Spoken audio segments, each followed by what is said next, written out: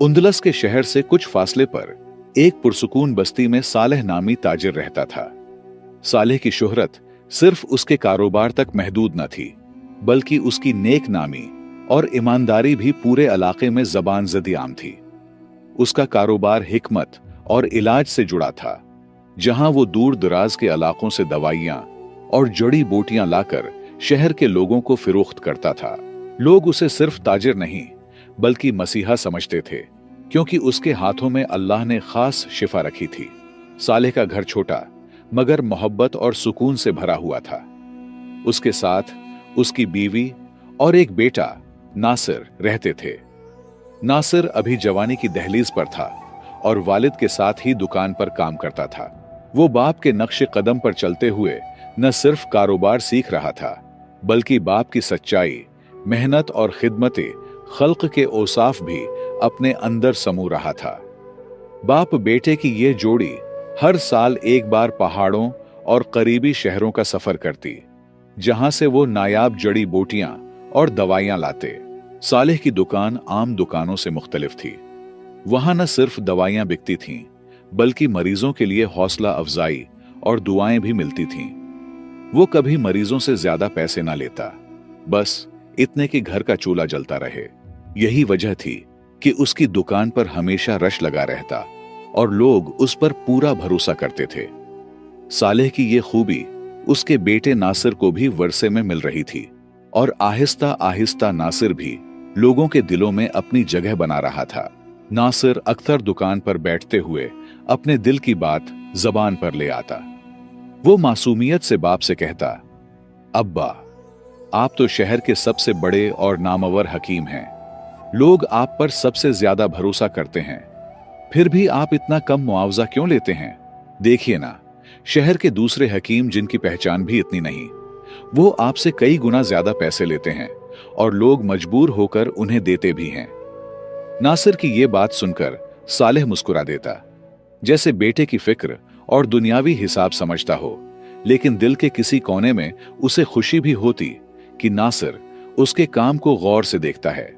सालेह ने नासिर को समझाते हुए बोले, बेटा, याद रखना, असल शिफा दवा में नहीं बल्कि अल्लाह के हुक्म में होती है। अगर हकीम के हाथ लालच और जुल्म से रंगे हो तो फिर चाहे वो कितनी ही कीमती दवा क्यों न दे, इसमें शिफा नहीं हो सकती। मरीज के दिल से निकली हुई दुआ और हकीम की नीयत ही असल इलाज है। हिकमत का सबसे बड़ा उसूल इंसाफ और इंसानियत है। जिस दिन ये दोनों हाथ से निकल गए, उस दिन हिकमत भी महज धंधा बन जाती है। फिर सालेह ने अपनी बात को मजीद गहरा करते हुए कहा, और जहां तक पैसों का मामला है तो बेटा, पैसा कभी असल सहारा नहीं रहा। असल सहारा हमेशा अल्लाह है। अगर नीयत साफ हो, भरोसा पुख्ता और किस्मत में हो तो रिज्क खुद रास्ता बनाकर आता है। इंसान का क्या इख्तियार, सब कुछ उसी का है। वही मालिक है, वही देने वाला है। बस तो यही सीख कि इंसान के हाथ सिर्फ खिदमत के लिए हैं, देने वाला सिर्फ अल्लाह है। नासिर खामोश होकर ये सब सुनता, मगर दिल में अपने बाप की बातों की रोशनी उतारता रहता। नासिर बाप की बातें तो खामोशी से सुन लेता, मगर दिल में एक उलझन बाकी रहती। वो अक्सर सोचता, यकीनन अल्लाह पर ईमान जरूरी है, लेकिन जब हम खुद मुशक्कत करते हैं, पहाड़ों में सफर करके जड़ी बूटियां लाते हैं, दिन रात दुकान पर मेहनत करते हैं और चीजें फरोख्त करते हैं, तो फिर उसमें किस्मत और अल्लाह की देन का क्या मतलब? ये सब तो हमारी मेहनत का नतीजा है। ये ख्याल उसे कभी कभी बेचैन कर देता, जैसे दिल और दिमाग के बीच कोई छोटी सी खींचातानी चल रही हो। ये सवाल सिर्फ नासिर का नहीं था, हर इंसान के दिल में कभी न कभी यही वसवसा आता है। इंसान समझता है कि जो कुछ उसके पास है वो उसकी अपनी मेहनत का नतीजा है, और अगर मेहनत में कामयाब हो गया तो वही असल कमाल है। लेकिन साथ ही दिल के किसी कोने में यह भी सवाल उठता है कि अगर सब कुछ मेहनत पर है तो फिर अल्लाह पर यकीन और किस्मत में लिखने का फायदा क्या हुआ? क्या ईमान रखने वाला और न रखने वाला बराबर नहीं हो जाते? और अगर अल्लाह वाकई देने वाला है तो फिर वो यकीन रखने वालों को ज्यादा शान और शौकत क्यों नहीं देता? ऐसे ही सवाल नासिर के दिल में भी हलचल मचाते रहे। लेकिन कहानी यहीं खत्म नहीं होती। नासिर को अभी वो दिन देखना बाकी थे जब उसके सवालों के पर्दे उठने लगेंगे। वक्त का पहिया यूं ही घूमता रहा। सालेह अपनी सादा जिंदगी और कमाई पर किनात करता रहा, जबकि नासिर के दिल में ज्यादा पैसों की ख्वाहिश और लालच आहिस्ता आहिस्ता जड़ पकड़ती गई। वो ये सोचने लगा कि शायद दुनिया में तरक्की करने के लिए ज्यादा कमाना और दौलत समेटना ही असल कामयाबी है। दिल में अल्लाह पर यकीन तो मौजूद था, मगर उस पर वसवसों का साया गहरा होता जा रहा था। दिन महीनों में, महीने सालों में बदल गए और एक दिन ऐसा आया जब हकीम सालेह की दुकान में दवाओं की सख्त जरूरत पड़ गई। कुछ खास जड़ी बूटियां खत्म हो गई थीं, जिनके बगैर मरीजों का इलाज मुमकिन न था। मगर सालेह की बढ़ती कमजोरी के बायस वो खुद इस दूर दराज के सफर पर नहीं जा सकता था। उसने अपने बेटे नासिर को बुलाया और उसकी आंखों में देखकर कहा कि अब यह जिम्मेदारी तुम्हें निभानी है। नासिर ने बाप के एतमाद को महसूस किया, मगर दिल ही दिल में वो खौफजदा भी था, क्योंकि यह सफर आसान नहीं था। रास्ते पथरीले पहाड़ों, अंधेरों से भरे जंगलात और तरह तरह के खतरात से गुजरने वाला था। नासिर जब घर से निकलने लगा तो माँ बाप दोनों ने उसे दुआओं के साए में रुखसत किया। चलते वक्त सालेह ने उसे एक आखिरी नसीहत की, बेटा याद रखना, जब कभी तुम्हें कोई रास्ता न मिले, जब हर तरफ अंधेरा छा जाए और सारे दरवाजे बंद नजर आएं, तो अल्लाह को पुकारना। वही मालिक है, वही मददगार है। वो तुम्हें वहां से रास्ता देगा जहां तुम्हारा वहम वो गुमान भी न पहुंचे। किस्मत का रिज्क तुम्हें वहीं मिलेगा जिस जगह तुम्हारे लिए लिखा गया है। ये अल्फाज नासिर के दिल में उतर तो गए, मगर उसके जिहन में अभी भी सवाल बाकी थे। वो दुआ और वसवसों के साथ सफर पर रवाना हो गया। नासिर ने वालिद की नसीहत को दिल से न लिया और रुखसत होते वक्त बस रस्मी सा सर हिलाकर चल पड़ा। वो अपने इरादे और जवानी के जोश पर भरोसा करता था। उसके नजदीक कामयाबी महज अपनी हिम्मत और मेहनत का नतीजा थी। 3 दिन के मुसलसल सफर के बाद वो उंदलस से निकलकर मौजूदा पुर्तगाल की सरहद पार करता हुआ स्पेन के एक शहर में पहुंच गया। वहां एक पुरानी सी सराय में ठहरा, खाना खाया और रात आराम से गुजारी ताकि अगले दिन के तवील सफर के लिए तैयार रह सके। उसके जिहन में यही ख्याल था कि बस मैं हूं और मेरी मेहनत, बाकी सब बातें वहम हैं। अगली सुबह फज्र की अजान गूंजने लगी तो नासिर ने अपना सामान और घोड़ा तैयार किया और नए सफर की राह ली। उसके सामने वो लंबा रास्ता था जो खतरनाक जंगलात और तवील सहराओं से गुजरकर उसे मतलूबा शहर तक ले जाता। सूरज की रोशनी बढ़ती गई और सफर की सख्ती भी बढ़ती गई। वो अपने जवान कदमों के भरोसे पर आगे बढ़ता रहा, मगर हर लम्हा दिल में एक छोटी सी बेचैनी भी छिपी रही जो उसे याद दिलाती थी कि यह सफर इतना आसान नहीं है। दोपहर के करीब नासिर की ताकत जवाब देने लगी। धूप की शिद्दत और सफर की तकन ने उसे मजबूर कर दिया कि कहीं साया तलाश करे। बिलाखिर उसे एक घना दरख्त मिला जिसके नीचे वो बैठ गया। सिराय से लिया हुआ खाना निकाला, कुछ खुद खाया और कुछ अपने घोड़े को घास के साथ दिया। सांस बहाल करने के लिए थोड़ा वक्त वहीं गुजारा, मगर जैसे ही तकन कुछ कम हुई उसने दोबारा रुख्ती सफर बांधा।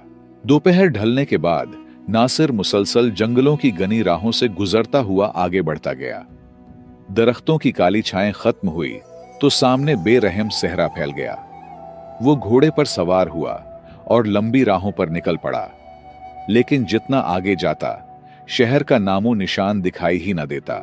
धूप की तपिश, रेत का बेइंतहा फैलाव और खाने पीने की कमी ने उसके दिल में खौफ और बेबसी भर दी। शाम के करीब तकन और भूख ने उसे इंढाल कर दिया। खाने का जखीरा खत्म हो चुका था, घोड़े के लिए भी खुराक बाकी न थी। जैसे जैसे अंधेरा गहरा होता गया, नासिर के दिल में वहशत बढ़ने लगी। वो महसूस करने लगा जैसे मौत खुद उसे पुकार रही हो। दिल में वसूसा आता कि यह सफर शायद मेरी जिंदगी का आखिरी सफर है। इस उजड़े हुए सहराई मंजर में उसे जिंदगी बजाय मौत ही करीब दिखाई दे रही थी। उसका दिल बार बार कहता कि अब बचने की कोई सूरत नहीं। काफी देर तक वो घोड़े को थपकियां देकर आगे बढ़ाने की कोशिश करता रहा, मगर थके हारे जानवर ने भी हिम्मत हार दी। नासिर ने घोड़े को एक खुश्क पेड़ के तने के करीब बांध दिया और खुद रेत पर लेट गया। उसकी आंखों में अंधेरे और वहशत का साया छा चुका था।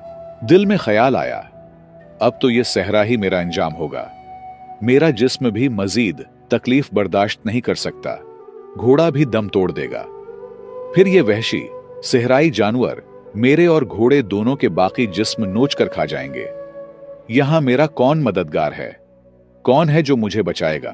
खौफ और तकन ने नासिर को घेर रखा था, मगर इसी आलम में उसे बाप की नसीहत याद आ गई। दिल ही दिल में बोला, अब्बा ने कहा था कि जब सब रास्ते बंद हो जाए तो अल्लाह को पुकारना, वही मालिक है, वही मददगार है। यह सोचकर नासिर के दिल में एक हल्की सी हिम्मत जागी। उसने फैसला किया कि वो अल्लाह के हुजूर झुकेगा। वो घोड़े के पास गया और पानी का छोटा मटका उठाया। अंदर इतना ही पानी बचा था कि या तो पी सकता था या वुजू कर सकता था। ये एक नई आजमाइश थी। पानी पी लेता तो कुछ देर जिंदगी बाकी रहती, और अगर वुजू करता तो पानी खत्म हो जाता और प्यास से मौत यकीनी लगती। लम्हा भर को नासिर के दिल में खौफ बढ़ गया, मगर फिर उसने सोचा, अगर अल्लाह ने मेरी किस्मत में जिंदगी रखी है तो वो कोई वसीला भेजेगा, लेकिन नमाज छोड़कर नहीं।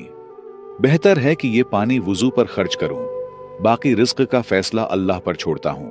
याद रखें, अगर कभी ऐसी जगह और वक्त आ जाए जहां पानी ना हो या इतना ही हो जो जिंदगी बचाने के लिए जरूरी हो, तो नमाज के लिए तेमुम करना ही बेहतर है। पानी पीना चाहिए ताकि जान बच सके। लिहाजा नासिर ने वुजू किया और मगरिब की नमाज अदा करने के बाद 2 रकात नफल भी पढ़ें। सजदे में गिरकर दिल की गहराइयों से दुआ की। आंखों से आंसू बहने लगे। वो रोते हुए बोला, ऐ अल्लाह, तो ही मेरा सहारा है, तो ही मेरा राज़िक है। अगर आज रात मेरे नसीब में खाना लिखा है तो मुझे दे दे। अगर मैं उंदलस में होता तो खा लेता, तो ही मेरा मालिक है, वही नसीब यहां भी उतार दे। नासिर दुआ के बाद बेहाल जमीन पर लेट गया। चारों तरफ खौफनाक सहरा की खामोशी थी, जहां ना कोई बस्ती थी, न कोई आदमी, सिर्फ अंधेरा और मौत का साया उस पर झुका हुआ था। दिल में खौफ और आंखों में बेबसी थी। अभी कुछ वक्त ही गुजरा था कि अचानक दूर से एक जानवर भागता हुआ दिखाई दिया। जैसे जैसे वो करीब आया, चांद की रोशनी थी, तो पता चला कि ये एक जंगली कुत्ता है। कुत्ते की सुर्ख आंखें और वहशी अंदाज देखकर नासिर के जिस्म में कपकपी दौड़ गई। वो घबरा कर उठा, लेकिन भागने की सकत न रही, इसलिए दोबारा जमीन पर बैठ गया। कुत्ता भागते भागते नासिर के पास आकर बैठ गया। नासिर हैरान रह गया जब उसने देखा कि कुत्ते के मुंह में एक छोटा सा थैला था। कुत्ते ने वो थैला नासिर के सामने फेंक दिया और खुद वहीं लेट गया। नासिर ने पहले उसे कोई फुजला या गंदगी समझकर तवज्जो न दी, मगर भूख और प्यास की शिद्दत ने उसे सोचने पर मजबूर कर दिया। दिल में ख्याल आया कि अब तो जान बचाना असल है, चाहे ये हलाल हो या हराम। शायद इस थैले में कुछ निकल आए। आंखें हैरत से फैल गईं। अंदर गर्म खाना और पानी से भरा मटका मौजूद था। नासिर खुशी से झूम उठा, जैसे सहरा में कोई खजाना हाथ लग गया हो। उसने जल्दी जल्दी खाना खाया और पानी पिया। पेट भरने के बाद उसे सुकून मिला और दिल में अल्लाह के शुक्र के आंसू उतर आए। रात काफी गुजर चुकी थी। वो वहीं रेत पर लेटकर थोड़ी देर के लिए सो गया। सुबह हुई तो वो दोबारा सफर पर निकलने की तैयारी करने लगा। कुत्ता भी उसके साथ चल पड़ा, मगर असल मसला अभी बाकी था। सहरा में कोई वाज़ेह रास्ता न था, कोई निशान, न कोई सिम्मत। नासिर दिल में सोचता रहा, बस चलता रहूंगा, कहीं ना कहीं पहुंच ही जाऊंगा। नासिर कुछ दूर गया ही था कि कुत्ता जोर जोर से भौंकने लगा और एक तरफ मुड़ गया। नासिर ने सोचा, यह बस जंगली हरकत है, इस पर कोई तवज्जो न दी और सीधा चलता रहा। लेकिन कुत्ता वहीं बैठ गया और मुसलसल भौंकता रहा, जैसे उसे रोकने की कोशिश कर रहा हो। नासिर कुछ दूर गया तो रास्ते में एक खौफनाक दरिंदों से भरा जंगल नजर आया। ये मंजर देखकर वो फौरन पलटा और वहां से भाग निकला। वापस आकर उसने उसी कुत्ते का पीछा शुरू किया और दिल में सोचा कि शायद ये मेरे लिए अल्लाह की तरफ से कोई वसीला हो। लिहाजा कुत्ता आगे और नासिर पीछे चलने लगे। कुछ देर बाद नासिर के सामने एक छोटा सा घर दिखाई दिया। घर देखकर नासिर के दिल में जान आ गई कि आखिरकार इंसानों की बस्ती मिल गई। वो दरवाजे के करीब पहुंचा और दस्तक दी। अंदर से एक बूढ़ी औरत निकली। उसने शफकत से कहा, क्या बात है बेटा, क्या चाहिए? नासिर ने अदब से जवाब दिया, अम्मा जी, मेरे घोड़े के लिए कुछ पानी मिल जाएगा, हम दोनों बहुत प्यासे हैं। औरत ने मुस्कुराते हुए कहा, हां हां, आओ अंदर। नासिर अंदर गया, खुद भी पानी पिया और घोड़े को भी सैराब किया। कुछ देर वहीं बैठ गया और बातों बातों में अपने बारे में और अपने वालिद की हिकमत का तज़किरा करने लगा। बूढ़ी औरत गौर से सुनती रही और फिर शफकत से बोली, बेटा, कल रात मैंने अपने शौहर के लिए खाना बनाया था। साथ ही सदके के तौर पर मैंने कुछ खाना और पानी एक थैले में रखा कि कोई मुसाफिर आ जाए तो खा ले और मेरा सदका पूरा हो जाए। लेकिन अफसोस कि रात को एक कुत्ता वो थैला मुंह में दबाकर भाग गया। मैंने उसका बहुत पीछा किया, मगर वो तेजी से सहरा की तरफ निकल गया। अगर वो खाना होता तो मैं तुम्हें जरूर खिलाती, क्योंकि तुम इतनी दूर से आए हो, जरूर भूखे भी होगे। ये सुनकर नासिर के दिल में अजीब सा सुकून उतर आया। आंखों के सामने कल रात का मंजर ताजा हो गया और वो दिल ही दिल में समझ गया कि वही कुत्ता उसका वसीला बना था। नासिर ने बूढ़ी औरत की बातें सुनकर दिमाग चकरा गया और वो सोचों में डूब गया। फिर उसने सारी दास्तान बयान कर दी कि वो खाना दरअसल उसने ही खाया है, ताकि औरत बेफिक्र हो जाए।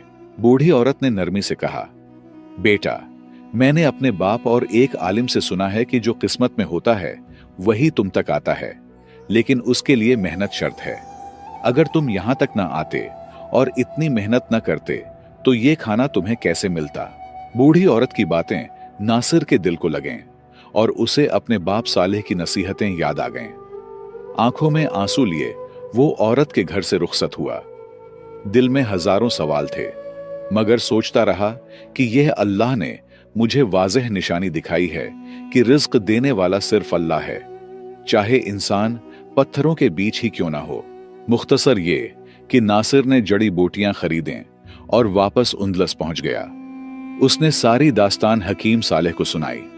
हकीम मुस्कुराकर बोले, बेटा, तुम मुसलमान तो थे, मगर अल्लाह पर यकीन पुख्ता नहीं था। तुमने समझा कि कारोबार और पैसा ही जिंदगी गुजारने का सहारा है। बेटा, यह भी जान लो कि कल रात तुम्हारी मां ने एक बुरा ख्वाब देखा। वो घबरा कर उठ बैठी, नमाज पढ़ी और कुछ खाना सदके के तौर पर अलग रखा कि सुबह किसी जरूरतमंद को दे, ताकि अल्लाह तुम्हें सख्तियों से महफूज रखे। वही सदका तुम तक पहुंचा। याद रखो, अल्लाह के लिए उंदलस में रिज्क देना और यूनान में खाना पहुंचाना बराबर है। बस यकीन पुख्ता और माल हलाल होना चाहिए। ये तुम्हें एक डरावना सफर लगा, हालांकि अल्लाह ने तुम्हें 3 निशानियां दिखाएं, अगर गौर करो। पहली ये कि जो रिज्क तुम्हारे नसीब में है वो तुम्हें जरूर मिलेगा, चाहे जेब खाली हो या तुम जंगल और सहरा में अकेले हो। दूसरी ये कि अगर सदका इखलास से किया जाए तो अल्लाह उसे वहां पहुंचाता है जहां उसकी जरूरत हो। तीसरी ये कि अल्लाह से मांगने से बंद रास्ते खुलते हैं। तुम्हारे लिए उसने एक कुत्ते को वसीला बना दिया, क्योंकि इंसान का इल्म महदूद है, मगर अल्लाह का इल्म सब पर हावी है। फिर सालेह ने नसीहत की, याद रखना बेटा, पैसा, शोहरत और मेहनत तभी फायदा देती है जब उसमें अल्लाह की रजा शामिल हो, वरना इस शहर में बहुत काबिल लोग हैं जो खाने को तरसते हैं। और एक बात दिल में बिठा लो, कभी अल्लाह के बंदों के साथ सख्ती न करना।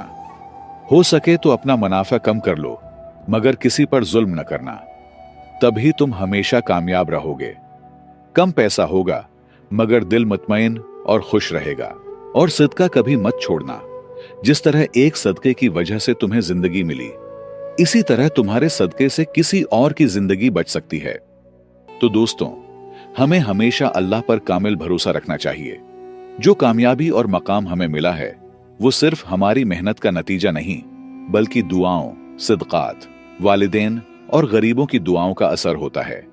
अल्लाह वो रास्ते बनाता है जो हमारी नजर में भी नहीं होते। इसलिए दुआ और सिदका कभी ना छोड़ें ताकि अल्लाह की रहमत हम पर नाजिल हो। मुझे उम्मीद है आपने इस कहानी से बहुत कुछ सीखा होगा।